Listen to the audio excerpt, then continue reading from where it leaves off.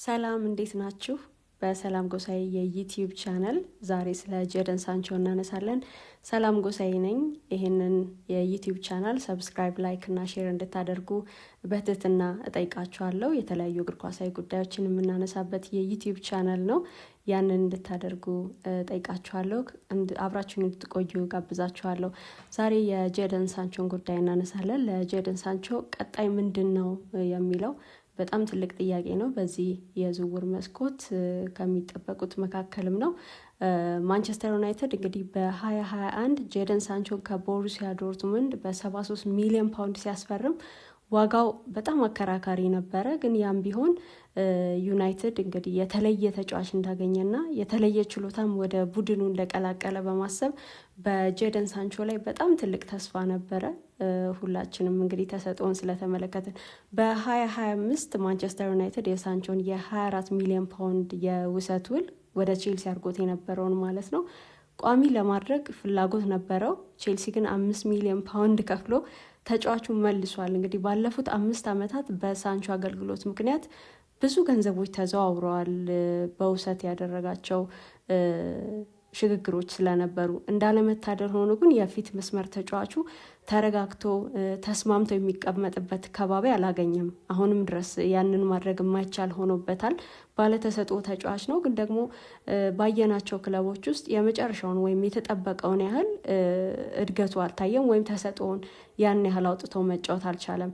የ25 ዓመት ወጣት እንግዲህ እንደመጠበቁ ሳይሆንለት ተሰጥኦን በሚገባ ሳያስተዋውቅ እንዳለው አቅም ደግሞ በቅጡም ሳይመዘን በእግር ኳስ ዘመኑ አንድ ቦታ ተረጋግቶ ስኬትን ከማጣጣም ተለያይቷል። አሁንም መስቀለኛ መንገድ ላይ ቆሟል ጄደን ሳንቾ። አሁን ያለው ሳንቾ በእርግጥ ባለፈው ዩናይትድን በውሰት ሲለቅ ከነበረው ሳንቾ በጥቂቱ ወይም በመጠኑ የተለየ ነው ማለት ይቻላል።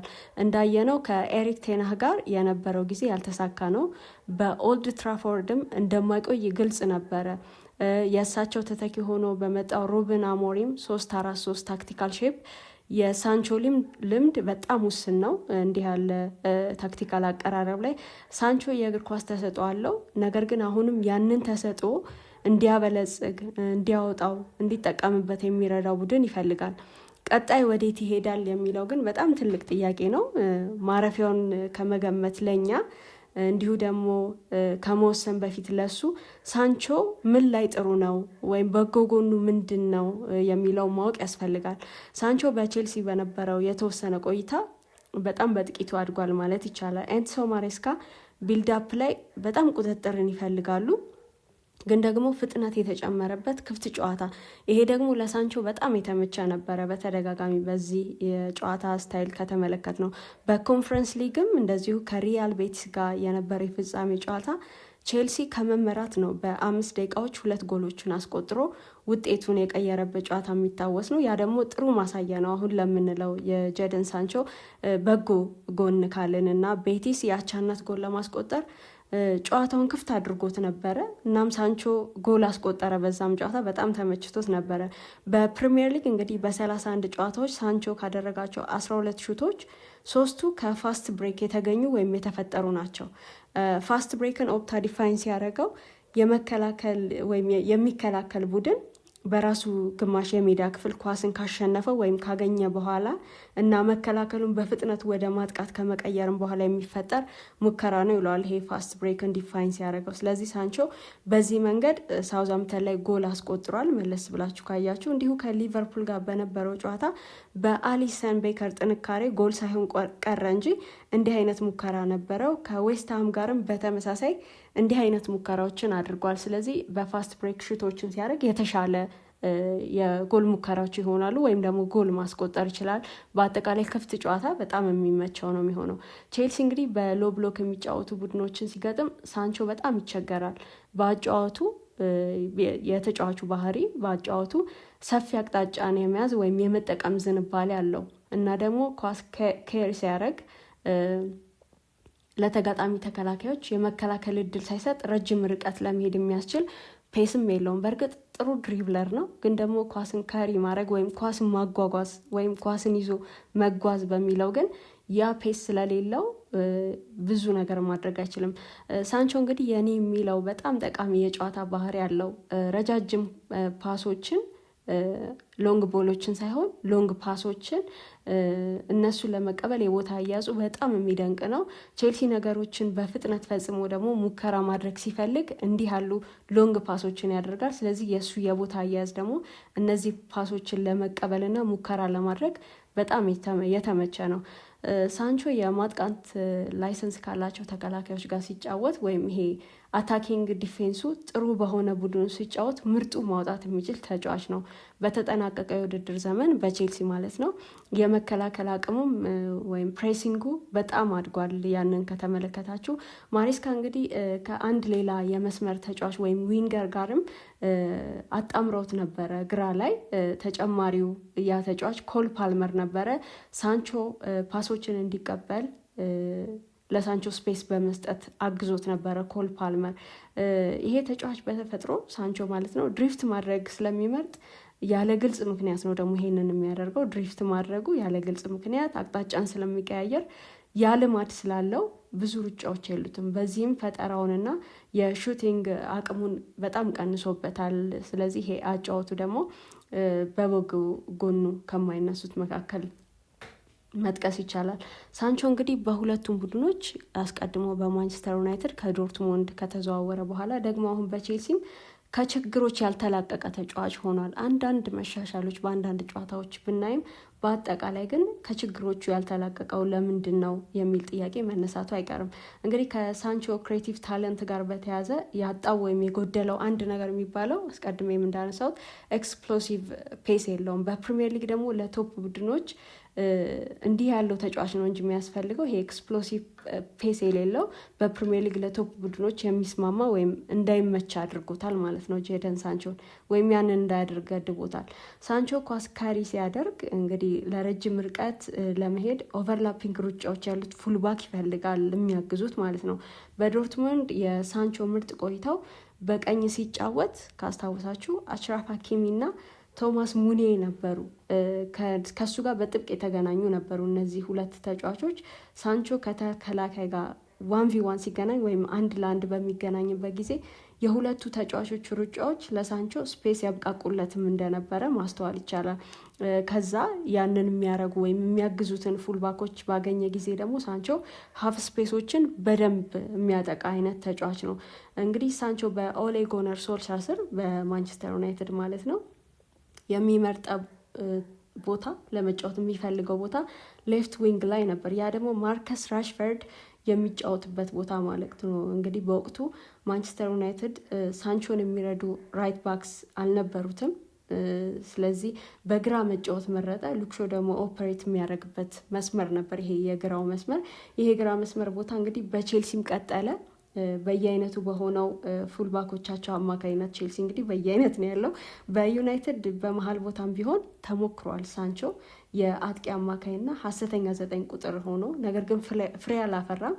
አምራችም ክሬተር ሆኖ አልተመለከትነውም። በዚህ ማጫወት ቢሆን ሳንቾ እንግዲህ በንጽጽር እንደ ሌሎች የፕሪሚየር ሊግ ተጫዋቾች የመከላከል ኢንቴንሲቲም የለውም።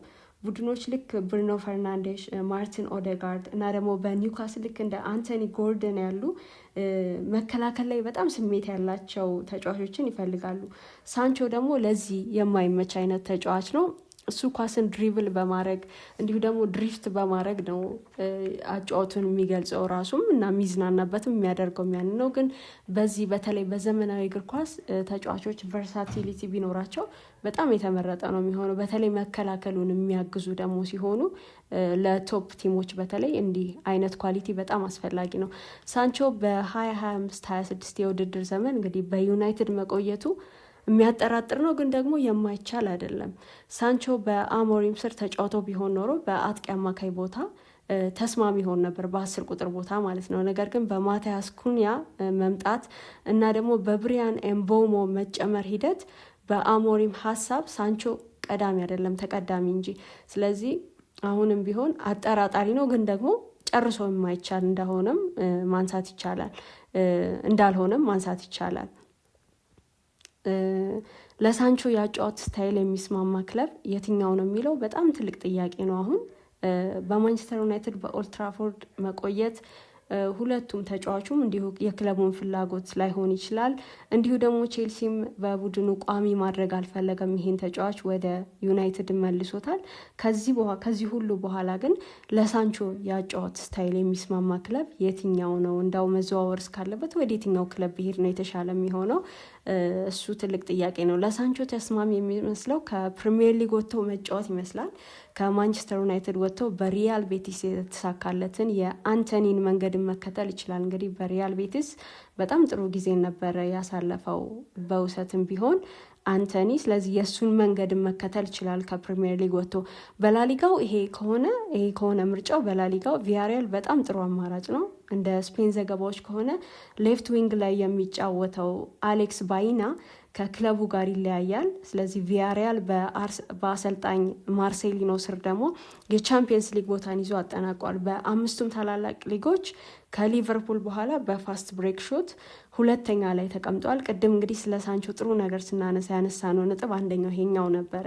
የቪያሪያሉ ተከላካይ እንዲሁ ደግሞ በግራ መስመር ላይ የሚጫወተው የዚህ የሴርጂ ካርዶና ኦቨርላፕ ሩጫዎች ለሳንቾ በጣም ተስማሚ እንደሚሆንም ማንሳት ይቻላል። ሊዮን ሌላኛው አማራጭ ነው። የፈረንሳዩ ሊግ ክለብ በቡድኑ አጥቂ ክፍሉን ማጠናከር ይፈልጋል። በዚህኛው የዝውውር መስኮት ራያን ሼርኪ ወደ ማንቸስተር ሲቲ ይሄዳል። የአሌክሳንደር ላካዜትም ውል እንደዚሁ ያበቃል። ስለዚህ ይህን ተከትሎ ጆርጅ ሚካውታድዜ የመሀል አጥቂ ሆኖ የሚጀምር ከሆነ ወደ ግራ ስለሚያዘነብል የዚህ ተጫዋች ያጫወት ስታይል ሳንቾ በቼልሲ ከፓልመር ያገኘውን የነበረውንም ድጋፍ ከእርሱም ማግኘት ይችላል ማለት ነው። ሚላን ደግሞ ሌላኛው ጥሩ አማራጭ ነው። እንደው በስፔን ካልሆነ ወደ ጣሊያን ሴሪያ ደግሞ ከሄደ ሚላን ጥሩ አማራጭ ሊሆን ይችላል። ከሰርጂዮ ኮንሴሳው በኋላ ሚላን በቀጣይ ውድድር ዘመን ከማስ ሚላኖ አሌግሪ ጋር ነው የሚጫወተው እና የትራንዚሽን ጊዜ ይጠብቀዋል። አሌግሪ እንግዲህ ለዲፌንሲቭ ኮሌክቲቭነስ ሲሉ ኢንዲቪዥዋል ማጥቃቶችን የሚሰው አይነት አሰልጣኝ ናቸው። ግን እንደዛም ቢሆን ሳንቾ የስኳድ ተጫዋች ለመሆን አያንስም በሳቸውም ስር ቢሆን። ስለዚህ ደግሞ ከእንግሊዝ ፕሪሚየር ሊግ ወደ ጣሊያን ሴሪያ የሚሄዱ አሁን በርካታ ተጫዋቾች አሉ። እንደ ካይ ዎከር ከማንቸስተር ሲቲ፣ ፊካዮ ቶሞሪ፣ ሩበን ሊፍተስቺክ፣ ቴሚ ኤብራሃምን የመሳሰሉ ተጫዋቾች እንደዚሁ በተመሳሳይ መንገድ ወደ ኤሲ ሚላን የሄዱ ናቸው እና የእነሱን መንገድ መከተል ካለበት ያንን ሊያደርግ ይችላል።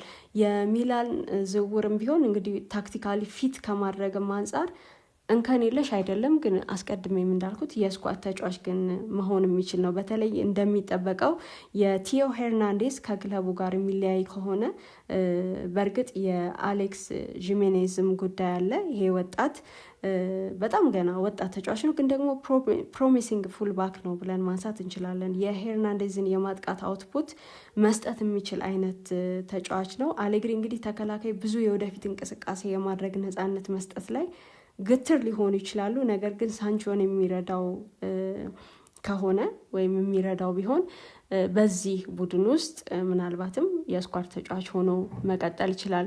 ሌላኛውና የመጨረሻው አማራጭ ግን እንደ እኔ ማነሳውን እንጂ ሌሎች ሊኖሩ ይችላሉ። ቦሩሲያ ዶርትሙንድ ለሶስተኛ ጊዜ ከሳንቾ ጋር መዋሃድ ከቻለም ያንን ልናይ እንችላለን። ቼልሲ እንግዲህ ከቦሩሲያ ዶርትሙንድ ጄሚ ጊትንስን ያገኛል። በ7 ዓመታት ውል ነው። ስለዚህ በሌፍት ቦታ ላይ ወይም በግራ ቦታ ላይ ክፍት ቦታ ይኖራል ማለት ነው በዶርትሙንድ። ስለዚህ ዶርትሙንድ ሳንቾ እንግዲህ የእግር ኳስ ቤቴ ነው ከሚለው ቡድን ወይም ክለብ አንደኛው ነው። እንግዲህ በ2021 ወደ ማንቸስተር ዩናይትድ ከመዘዋወሩ በፊት በዓለም ከወጣት ምርጥ ተጫዋቾች አንዱ እንደነበረ ማንሳት ይቻላል። በ2023/24 የውድድር ዘመን ለ6 ወራት በውሰትም ቆይቷል በዚሁ በቦሩሲያ ዶርትሙንድ እና በቻምፒየንስ ሊግ ለፍጻሜ እንደበቁ እናስታውሳለን እና በዚህ የፍጻሜ ጉዟቸውም ውስጥ በጣም በብዙ ረድቷቸዋል ዶርትሙንዶችን ጄደን ሳንቾ። ባለፈው ዓመት እንግዲህ ሳንቾ ወደ ዶርትሙንድ ሲመለስ በብዙ የቡንደስሊጋ ጨዋታዎች በቀኝ መስመር ነው የተሰለፈው፣ 8 ጊዜ ነው። በግራ ደግሞ 6 ጊዜ ነው የተሰለፈው። ይሄ የሆነው የቁጥሮቹ መለያየት የመጣው እንደ ፉልባኮቹ አይነት ነው፣ ከጨዋታ የተለያየ ስለሚሆን። ከዚያ ግን ኤዲን ተርዚች በቀኝ ከሙኒዬ ጋር አጣምሮትም ነበር። በግራ ደግሞ ኢያን ማትሰን ጋር አጣምሮት ነበር። ኢያን ማትሰን እንግዲህ አሁን በሊቨርፑል እየተጫወተ የሚገኝ ተጫዋች ነው። በግራ በኩል ከሱ ጋር፣ በቀኝ በኩል ደግሞ ከሙኜ ጋር አጣምሮት ነበር። ኦቨርላፒንግ ሩጫዎችን አብዝቶ ለሚፈልገው ሳንቾ ፈጣን ምላሽ የሚሰጥ ነበረ ይሄ አሰላለፍ እና ከጃንዋሪ 2025 ጀምሮ ዶርትሙንድ በዋና አሰልጣኙ ኒኮ ኮቫች እየተመራ ነው ያለው። የቡድኑንም ሼፕ ወደ 3-4-2-1 ቀይሮታል። በዚህ የሚቀጥል ከሆነ ሳንቾ በ10 ቁጥር ቦታ ለመጠቀም ጥሩ አማራጭ የሚሆን ይመስላል። እንግዲህ ኮቫች በንጽጽር ከቴርዚሽ ጋር ሲነጻጸር ከቴርዚሽ ይልቅ ኮቫች ማጥቃት ላይ የበለጠ ስትራክቸርድ ናቸው። ይህም የሳንቾን የመፍጠር ነጻነት የበለጠ እያነቃቋል ማለት ነው።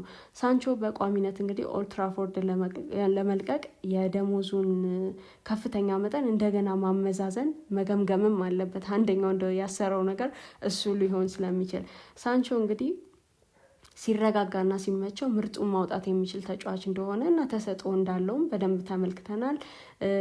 ረጅም ጊዜያት ስለተወራለትም እንዲሁ ደግሞ ብዙ ስለተባለለትም ተሰጥኦ በሚቀጥለው የውድድር ዘመን ዲሊቨር ማድረግ ከቻለም አዲስ ክለብ ይፈልጋል ማለት ነው ጄደን ሳንቾ። ስለዚህ እነዚህ አማራጮች አሉት። ቀጣይ ደግሞ ማረፊያው የት ሊሆን ይችላል የምንመለከት ይሆናል። ሰላም ጎሳዬ ነበርኩኝ። የዩቲዩብ ቻናሌን ሰብስክራይብ፣ ላይክ እና ሼር እንድታደርጉ ጠይቃችኋለሁ። በተነሳው ርዕስ ላይ ደግሞ አስተያየት ቢኖራችሁ በኮመንት መስጫው ሳጥን ውስጥ አስተያየቶቻችሁን አስቀምጡልኝ። አመሰግናለሁ። በቀጣይ ቪዲዮ አገኛችኋለሁ። ሰላም።